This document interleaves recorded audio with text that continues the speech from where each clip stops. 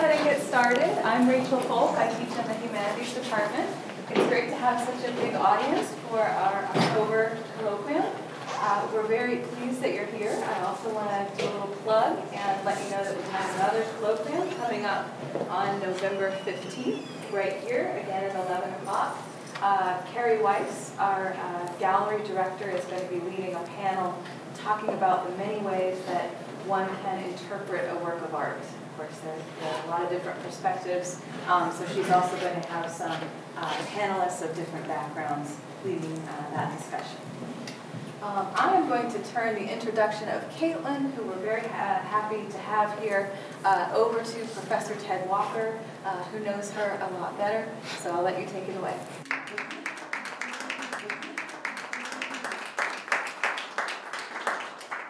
It's good to see the same cast of characters who have not left Ferris the time I was away. Our speaker today graduated from Ferris State University with a degree in history 3 years ago. Upon graduation, she won every single academic award that Ferris grants to their students, which probably threw the pharmacy program into despair, but nevertheless, she won them all. She then, after a year away, went to Notre Dame University for her master's in art history. Her original degree was in history, and so she moved out of the darkness and into the light and got a degree in art history. During her time at Notre Dame, she developed a strong attachment to the Irish people and their very colorful history, and wrote her master's thesis, part of which you will see today, her topic today, the cross of the scriptures, power meets religion in medieval Ireland, writing about people who lived 1,000 years ago. It's an extraordinary master's thesis. I read it. It was by far the best that I have ever read, and much better than the one that I wrote. So I would say that we are very happy to welcome Caitlin here. Please welcome her. She is one of our own, and she has come back to talk to you folks.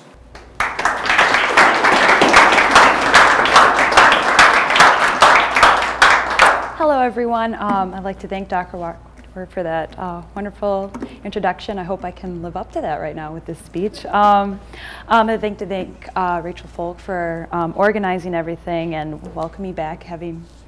It's a great feeling to be back at Ferris State. It's great to see some of the professors that I was studied under while I was here. And I just want to mention a thank you to Dr. Huey, who was a great influence on my academic career, but can't be here right now, but I'm sure he's in the thoughts of everyone that's here. And then Carrie and Diane at the Rankin Art Gallery for setting everything up. So I'll get ready to begin. So, in a quiet watered land, a land of roses, stands St. Kieran's City Fair, and the warriors of Erin in their famous generation slumber there. This 14th century poem reveals the long-standing association of Irish kingship with the early medieval monastery of Clonmacnoise. However, the apex of this melding of secular and sacred occurred in the late 9th, early 10th century, and is exemplified in the site's most renowned sculpture, the Cross of the Scriptures. What initially attracted me to this monument was the translation that appeared on the western plinth, which reads, Orit do ri flan macmwil shachniel, rit do ri eranor. I began this study attempting to understand why this type of inscription appeared on a cross within a sacred enclosure of a monastery. What attracted this King Flan to this monastery? I discovered this site was much more than a simple ascetic refuge founded by St. Kieran in the 6th century. By the 9th century, it was a burgeoning medieval town, renowned for its artistic, intellectual, and social center, as well as a major trade site due to its location on Irish's longest waterway, which you can see in the corner, the Shannon River, also on the ancient trade route, the Escariata, which ran east and west, and it's also pretty much dead center in the middle of Ireland. It was actually the abbots of the monastery who sought to ally themselves with powerful secular leaders to help protect the site and maintain prosperity. As I said, the true authority within Ireland during the time period was the church, and religious leaders sought to empower local regional lords to help enforce order and promulgate the religious site's wishes and laws. In the late 9th century, The man chosen as ally for Clonmacnoise was Flann Sinna, whose name appeared on the cross of the scriptures. This is one of 3 high crosses in the hundreds that appear in Ireland that can confidently be associated with a king due to its inscription. The other 2 belong to Flann's father, Muil Shachniel. The fact also intrigued me, and I began to think if this high cross is different from the vast amount of other high crosses, why can its meaning be different as well? Over 40 panels and even more figures appear on the cross of the scriptures. Because of this scope and the ambiguity of the panels, previous scholarship tended to focus primarily on a single panel while it compared to other Irish high crosses and continental iconographies. It was my aim through my thesis to actually create an all-encompassing theme within the cross, and I believe this to be the integration of secular and sacred in order to promote a political agenda. As this presentation cannot give equal attention to the many scenes and secondary themes that appear on the cross of the scriptures, I will first briefly summarize my methodology. Then I will elaborate upon the history of the form of the high cross, which not only reveals the standards of this type of sculpture, but also the religious meaning behind it. Finally, I will present a few integral panels from the cross of the scriptures that best reveal the overarching theme and the uniqueness of this particular cross and its function. I believe that each figure on this cross and every aspect of its form were determined by the conscious choice of an artist and the patron. I suggest that specific details on the cross of the scriptures reflect its placement at Clonmacnoise and historical setting, where a balance existed between secular and sacred powers.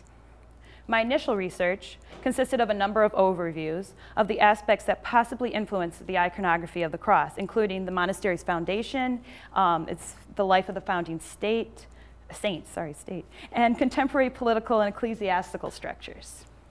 I drew from hagiographical sources, such as the life of Kieran, historical records such as the Annals of Ulster, Annals of the Four Masters, and the Chronicon Scotorum, and political and religious literary works, such as the Prophecy of Burhan, which is a medieval poem that elaborates upon the different reigns of medieval Irish kings, and poems from the 7th century ecclesiast Blathmac. I then explored the 4 different sides of the cross, describing and comparing each section and applying these historical concepts that I learned. And what I discovered is the interplay of religious and secular imagery that combines to both reflect and project Clonmacnoise's spiritual and worldly importance. The cross of the scripture at Clonmacnoise is a beautiful sculpture. Its graceful form and well-sculpted figural imagery, as well as its thought-provoking details, establish it as one of the most complex and refined examples of monumental architecture. Over 100 of these types of monuments, dating between the 7th and 12th century, exist in Ireland today. They are generally classified in 2 groups, decorative crosses of the 7th and 8th century, also called Ahany crosses, which is on the right. It's called Ahany because there's a lot of them in that region. So, and then figural crosses, which appear in the 9th and 12th centuries. I like to compare them to snowflakes. No 2 Irish high crosses are alike, though they do contain standard similarities that make them recognizable and display their shared heritage. Usually, Irish high crosses are carved in a Latin-style cross and are formed with 3 sections: the base, the shaft, and the head. The cross of the scriptures stands approximately 13 feet, slightly taller than the average high cross. As with most high crosses, it's carved from local stone. Most likely, this is mined from the nearby Slieve Burnach Mountain and transported down the Shannon River. It's made of millstone sandstone grit.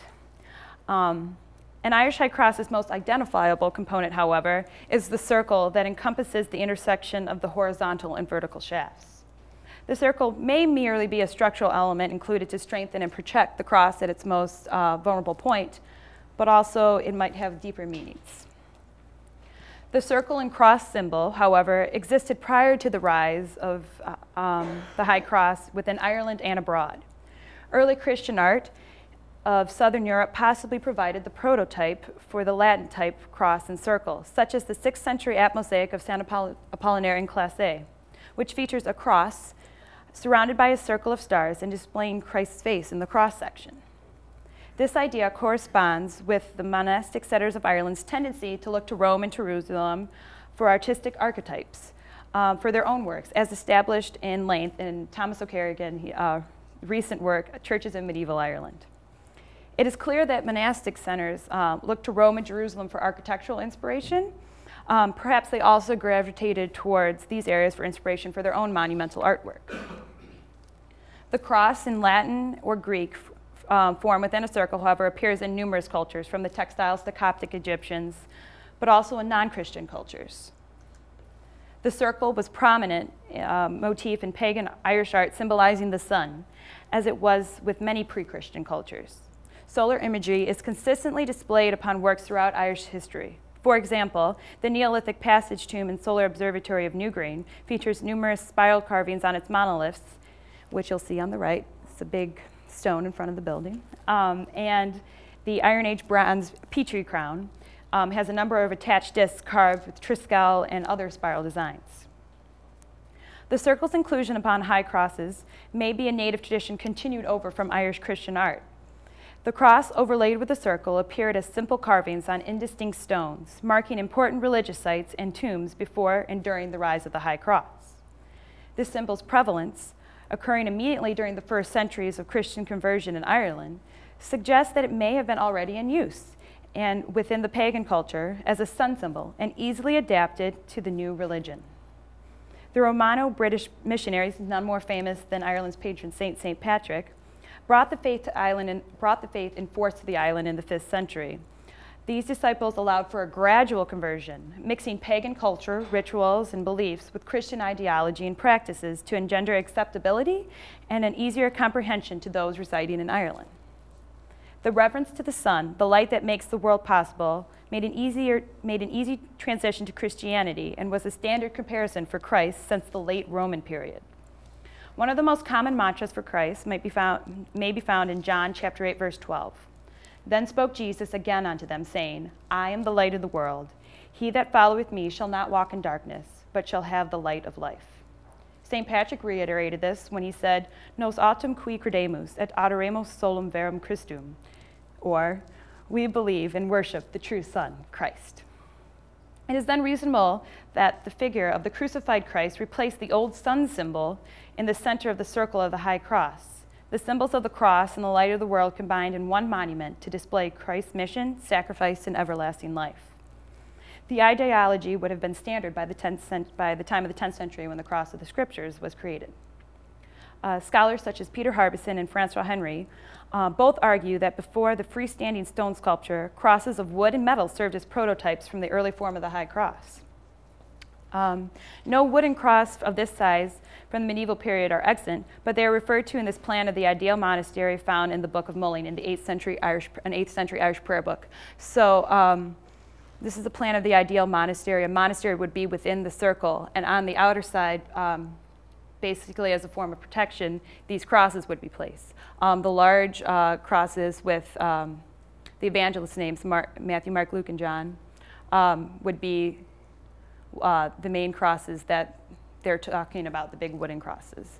And then in occasional, Isaiah, for the prophets, Jeremiah, Daniel, Ezekiel, and Isaiah, they would always still be placed. So nowadays, you see the circular nature of monasteries, but you wouldn't see all these crosses in this arrangement, because probably they did have wooden crosses, but it's in Ireland, and only thing that exists basically are the stone that's left over. So we'll say that. An example of this possible wooden prototype is the Tullyloch cross, which is on your right.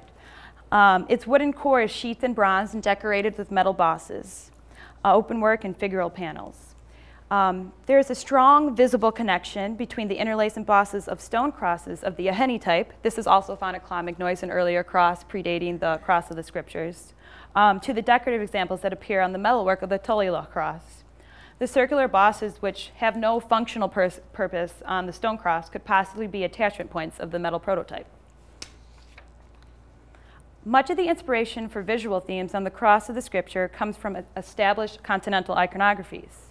Outside influences began to appear more frequently in Ireland beginning in the 7th century, when the Irish Church accepted the Roman dating of Easter and began to increasingly integrate its influence to other cultural aspects, such as their art. The change from primarily abstract decorative motifs characterized by the aforementioned Haney cross of the 7th and 8th centuries to figural panels of the later types of cross of the 9th through 12th centuries reflected larger changes within both the Eastern and Western Christian churches. The ideology forming from the iconoclastic debates occurring within the Byzantine Church pervaded the thoughts of Christendom, influencing artistic theory in Rome and the Carolingian Empire. After a period of restricted figural use under Charlemagne, restrictions loosened under the reign of his son, Louis the Pious, and the amount of artistic Christological cycles swelled. Ireland especially embraced figural imagery, as abstract and cosmological symbols took a backseat to the depiction of biblical scenes. Henry and Harbison claimed that direct inspiration of the High Cross came from Carolingian and Ottonian influences, especially during the reign of Louis the Pious. There is no doubt that there was communication between Irish and Carolingians, as they were two of the most academically advanced societies at the time. Irish scholars served as advisors in Carolingian courts.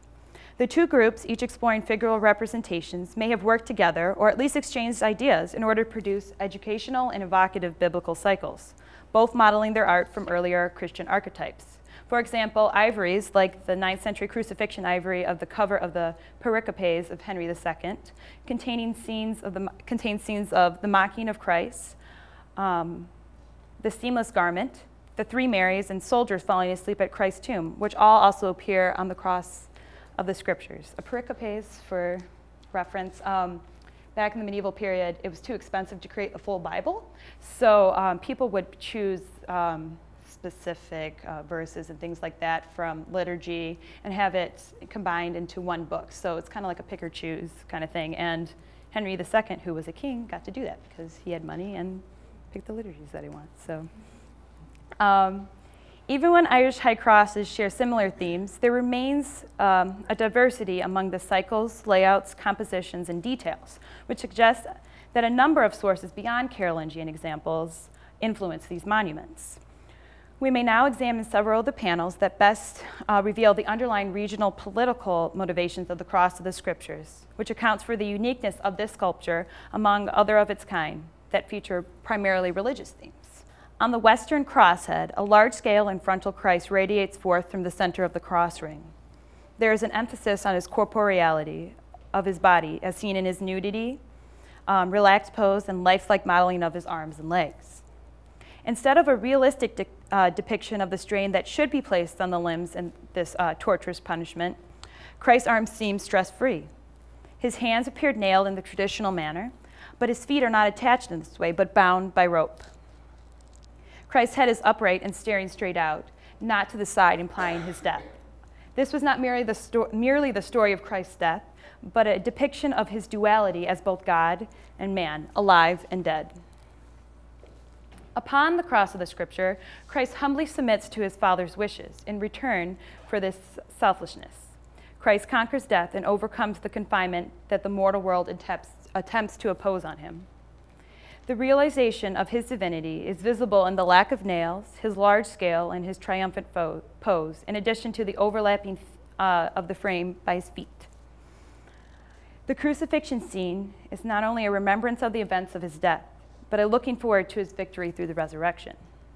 While religiously themed, I don't think you could get more religiously themed than the crucifixion, the cross's function was not detached from making a political statement. Christ the King, or Christus Rex, is one of the oldest ideas embraced by Christianity. The association of his heavenly kingship with earthly rulers became a fundamental theme soon after the Roman Empire's recognition of the faith in the 4th century. The cross, the symbol of Christ, has been associated with notions of victory and kingship since the time of Constantine the Great, the first emperor to utilize Christianity politically for his success. From then on, Christian art began to adopt Roman imperial iconography, and as a consequence of this, many of the attributes and ceremonial functions of a Roman emperor were carried over to the depiction of Christ. He was often portrayed being presented with an imperial wreath or diadem by the faithful, or by the Manus Dei, which is hand of God, which appears on the north side of the cross of the scriptures in the center here. Above images of David as shepherd and David the psalmist, the Old Testament model for pious kingship. These examples further enforce similarities between the earthly ruler and Christ. The passion of the Christ is intimately tied with Christ's dual kingship. He is mocked as King of the Jews, crowned with thorns, and cloaked in a purple robe. The choice of these scenes on the western shaft continues the themes established upon the crosshead. They embody not only Christ's humility, sacrifice, and subsequent victory over death, but also the ideal model for Christian royalty. Christ's kingship is often referred to in Irish liturgy and other religious works, such as the poems of Blathmac, interesting name what I mentioned earlier. In the opening lines of the poem, dedicated to Mary and her son, he pronounces, "Come to me, loving Mary, that I may keen with you, your very dear one, and that that your son should go to the cross, he who is a great diadem, a beautiful hero. And better he, your son, than prophet, more knowledgeable than any druid, a king who is bishop and full sage." Clearly from these passages, Christ was associated with regal power and kingship elevated above all others. It was the late Carolingians and Antonians who created the first ruler portraits featuring the veneration of the Crucifixion, such as the prayer book of Charles the Bald. Flann Sinnna and other Irish rulers may have adapted these motifs for their own religious monuments, as considered on the discussion of the cross arms. On the horizontal arms extending outside the Christ are two kneeling figures. Each genuflects on one knee towards Christ and raises an offering in one hand while holding an object in the other. The figure on the right clutches what looks like a circular shield in front of his body, while the one on the left appears to have a long rectangular object, possibly a sword, across his lap. The shield resembles those depicted with Irish kings and biblical warriors, including a statue of a king from White Island in the center, the 9th century warrior in the Book of Kells, and the depiction of a militant Christ and his warrior apostles on the eastern crosshead of monastery boys. Traditionally, those two symbols on the side, they're representative as like earth and water, giving like offerings to Christ. But my argument is that, as you see from some of the images, that they look like warriors to me. Proskynesis before the cross, occurring most likely in the 4th century, was an expression of humble submission to Christ.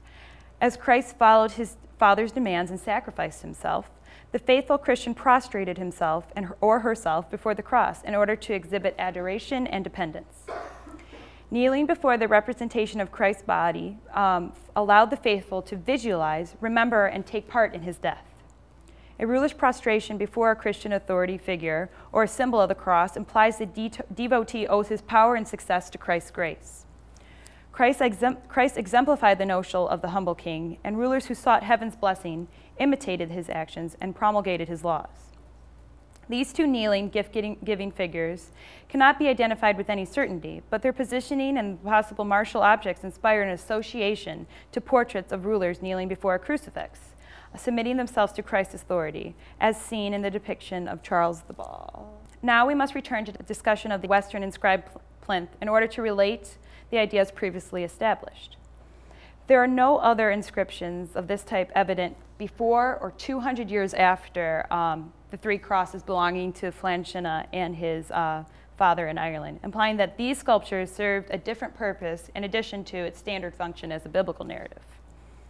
The erection of the cross of the scriptures was by, or possibly in honor of, King Flann Sinnna Mac Muil Seachnaíl, who, according to the Bala and Scoil, a medieval legend and historical tradition, served as High King of Ireland from 879 to 916 current era, although this was more a claim than a reality. In actuality, he was the most powerful man in Ireland, a king of over-kings for the traditional regions of Ireland, rather than the sovereign of an entire nation. In 879, Flann Sinnna claimed control of the O'Neill dynasties and the regions of North and Midland Ireland. You see that they're split. Flann was the son of Muil Seachnaíl Mac Muil Ruined, the first self-declared king of Ireland, who established the tradition of using high crosses for political propaganda. The Annals of Ulster mention Muil Seachnaíl's warriors as co-fair of Erin, men of Ireland, and he himself as Rí Éireann Ula, king of all Ireland. These references in historical annals, poems, and the appearance of Muil Seachnaíl's name on possibly 3 high crosses attest to his esteemed position. He may have attempted to liken himself to, if not aimed to be a ruler like the supreme leaders of unified states of the continent in Anglo-Saxon England. He at least believed that he should be perceived with the same manner of respect. With the deft and wheel Shockneil, Flan was not granted his father's esteem, territory, or influences accumulated during the latter's reign. Flan found opposition to his rule and thus asserted his own dominance through battle and compromise. Flan obtained alliances or influences over major regions of Ireland, the Connacht and the Lagan, and defeated his dynasty's main rival, the Mumu, more commonly known as Munster, of Southern Ireland in 908 at the decisive Battle of Bealach Mugna. While the exact year of the cross of the scriptures creation is unidentifiable, it is reasonable to believe that the monument may have been carved shortly after the battle in celebration of Flan's victory over the O'Neill's old enemy. The cross of the scriptures, in addition to its role as a monument to Christ and Flan's kingship and victory, was a firm reassertion that Flan Sinnach was not only the most powerful man in his region, but of all of Ireland. With the influence over the Lagan and Connacht, Flan's defeat of Munster would certainly have solidified the view that he, like his father, was supreme, and claimed this title on the inscription of the monumental sculpture, the Cross of the Scriptures. In addition to raising the Cross of the Scripture, Flan and Clonmacnoise's abbot at the time, Colman Mac Éile, built the so-called cathedral, the largest church and site at Clonmacnoise in 908. A reference to this event may also appear on the Cross of the Scriptures, Eastern Shaft, in one of the sculpture's most exciting yet disputed scenes. The panel depicts two figures facing each other in profile as they grasp a stave of wood and drive it into the ground. The figure on the left wears the long tunic and robes of a clergyman. I don't know if you can see it, but there's detailing on the bottom of his robe, which intricate detailing gives the effect that he's more esteemed as a clergyman compared to others. He has the short tonsured hair that the Irish would traditionally wear in that period if they were a clergyman. The figure on the left would be a secular figure. He's characterized because of his long beard and hair, his short robe and a scabbard holding a sword at his hip. The scene bears a striking resemblance to the foundation story from the Irish life of St. Ciaran, in which the ancestor of Flan Sinnach, Dermot MacCurable, aided the saint in placing the initial post in the settlement's first church in the 6th century. In return for Dermot's help, Ciaran tells him that he will be High King of all Ireland and will rule over Tara, and it became realized the next day when his cousin was killed. Dermot acknowledged St. Ciaran's ecclesiastical authority throughout the realm and is said to bestow 100 churches within his kingdom on the Church of St. Ciaran. Thus, from its inception, the ancestors of Flan Sinnach and the Southern O'Neill had created a special, mutually beneficial relationship with the leaders of Clonmacnoise. The story is quite precise in stating that Dermot allowed the saint to place his hand over the secular leader's hand when erecting the beam, the specific positioning of the limbs that appears on the panel. Clonmacnoise's ecclesiastical and secular leaders' collaboration is immortalized in this action, as well as the stipulation that the church maintain the dominant in said partnership. Ultimately, it was the support of the church that enabled the power and authority of the king to increase. In return, men like Dermot and his descendant, Flan Sinnach, provided protection and patronage to the monasteries. Flan, like his forebearer, also helped erect a church, the cathedral, with the help of Clonmacnoise's ecclesiastical leader, Abbot Colman.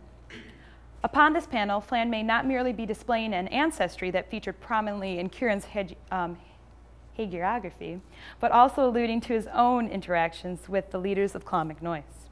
The Cross of the Scriptures, and in particular this panel, portrays the idea that Flan Sinnach's ancestry had always played a role in Clonmacnoise, and that they were not merely upstarts in this partnership. The veracity of this hagiographical story behind the panel identification is questionable, as the dating of the Irish life of St. Ciaran is far from certain, as is the case with most lives of saints. Several instances in Ciaran's vitae are possible fabrications of the early 10th century, projected into the past by those wishing to highlight the special relationship between the Southern O'Neill and Clonmacnoise. Therefore, the stories may reveal more about early 10th century politics than the events of the mid-6th century. If so, Flan Sinnach and his monastic counterpart Colman utilized the hagiography and the Cross of the Scriptures in the same way. They inflected an important historical event with present political ideologies to convey a well-established legitimacy of the king, derived from his relationship with the monastery and the grace of God. This depiction is one of two panels on the side that display local influence. The central panel of the shaft, which is right here, contains a scene that also likely departs from more common biblical selection of imagery as well. The so-called, I so call it, the beard puller panel, displays two male figures as visual equals, holding scabbards and most unusually pulling each other's beautifully plaited beards. The beard characterizes the manly and imposing qualities of these figures and possibly their sovereignty. While the men perform the same movement, there's no indication of malice or fighting. The beard pulling may be an action of mutual respect or a compromise between two parties. Regrettably, the meaning of this significant act is unknown to present scholars of Irish cultural history. If the panel follows the same pattern as the example of the previous discussion, then it may depict an important hagiographic event or a moment from historical narrative of Clonmacnoise, that is to say, a contemporary event. Different clans gathered at important monasteries to conduct political meetings and economic transactions in a relatively peaceful setting. Clonmacnoise's status made it an especially prominent and distinguished location, and it hosted meetings among the most powerful regional rulers at the time. The building of the cathedral and the erection of the cross were clearly propaganda, expressing Flan's position and victory. He was a warrior king whose victories and power were granted by the grace of God, rewarded to him for his allegiance, protection, and patronage to the monastery of Clonmacnoise. Not only was the dedication of the cross of the scriptures a call for prayer for the soul of Flan, but also, like the inherent nature of the cross of the scriptures, it served another purpose, as an allusion to the comparison of the position of the High King, or in the case of Flan and his father, King of Over-Kings, to that of Christ the King. The cross asserted Flan's special relationship with the influential monastery of Clonmacnoise and the mutual benefits of power and protection the two partners received. Flan supplemented his political preeminence by erecting substantial architecture and sculpture. His dedications are representative of his greatness, power, wealth, and worthy of his title of High King of Ireland. Finally, the cross acted to promote Flan's royal lineage and connection to Clonmacnoise. Indeed, Flan's reputation, along with his father's, aided in keeping Clonmacnoise free from attack for almost a century, allowing artistic and intellectual pursuits to flourish. With the political and religious influences at the monastery successfully integrated in the 9th and 10th centuries, Clonmacnoise became one of the most powerful ecclesiastic sites in medieval Ireland. The unique characteristics of the cross of the scripture reflect these historical circumstances, regional, religious, and political events, and especially the increasing power of the High King. And I'm